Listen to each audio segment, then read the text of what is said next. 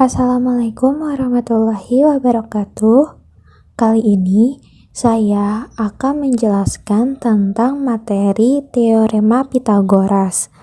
Video ini dibuat untuk memenuhi tugas filsafat dan sejarah matematika dengan dosen pengampu Bapak Dedi Nurjamil, DRS, MPD. Teorema Pythagoras. Teorema Pythagoras hanya berlaku untuk segitiga yang memiliki satu sudut siku-siku. Besar sudutnya adalah 90 derajat. Bunyi teorema Pythagoras mengatakan bahwa pada segitiga siku-siku berlaku kuadrat sisi miring sama dengan jumlah kuadrat kedua sisi penyikunya. Sisi miring terletak di depan sudut siku-siku. Jika segitiga ABC siku-siku di A, maka berlaku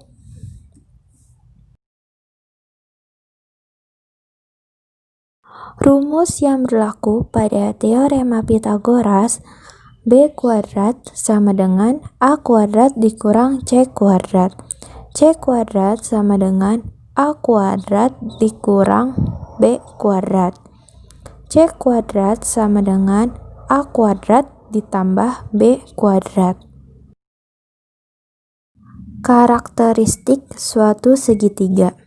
Jika kuadrat sisi miring sama dengan jumlah kuadrat sisi yang lain, maka segitiga tersebut adalah segitiga siku-siku. Jika kuadrat sisi miring kurang dari jumlah kuadrat sisi yang lain, maka segitiga tersebut adalah segitiga lancip. Jika kuadrat sisi miring lebih besar dari jumlah kuadrat sisi yang lain, maka segitiga tersebut adalah segitiga tumpul. Triple Pythagoras. Triple Pythagoras merupakan kumpulan 3 bilangan yang memenuhi teorema Pythagoras. Untuk mendapatkan 3 bilangan ini dapat menggunakan rumus.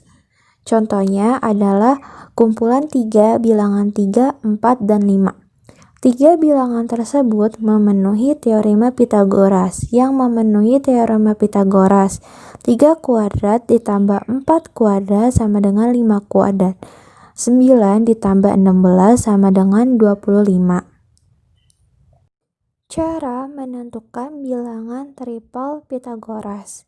Jika A dan B bilangan bulat positif dan A lebih besar dari B, maka triple Pythagoras dapat disusun menggunakan rumus 2AB A kuadrat dikurang B kuadrat A kuadrat ditambah B kuadrat. Untuk lebih jelasnya, perhatikan tabel berikut.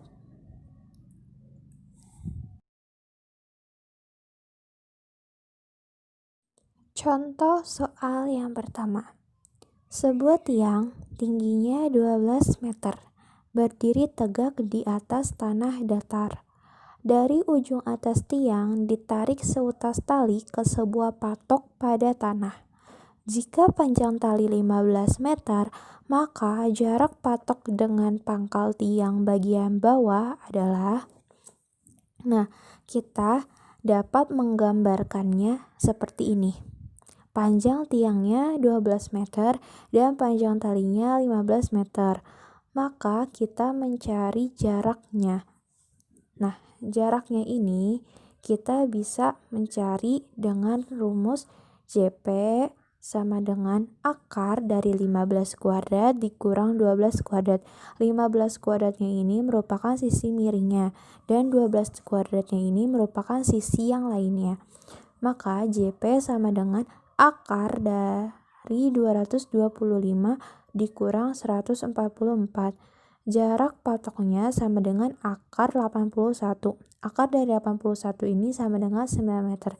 Jadi jarak patok dengan pangkal tiang bagian bawahnya adalah 9 meter. Contoh soal yang kedua. Sebuah kapal berlayar sejauh 100 km ke arah barat. kemudian berbelok ke arah selatan sejauh 75 km. Jarak terpendek kapal tersebut dari titik keberangkatan adalah, kita dapat menggambar kapal berlayar ke arah barat, berarti ke arah kiri sejauh 100 km. Lalu dilanjut ke arah selatan. Arah selatan itu ke bawah, maka ke bawahnya itu 75 km. Di tengahnya jarak terpendeknya. Kita dapat mengambil garis dari titik keberangkatannya sampai ke tujuannya.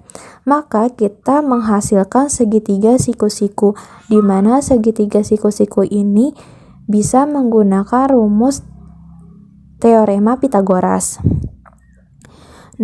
Sama dengan akar 100 kuadrat ditambah 75 kuadrat sama dengan akar 10.000 ditambah 5.625 sama dengan akar 15.625 yaitu 125 km. Jadi jarak terpendek kapal tersebut dari titik keberangkatannya adalah 125 km.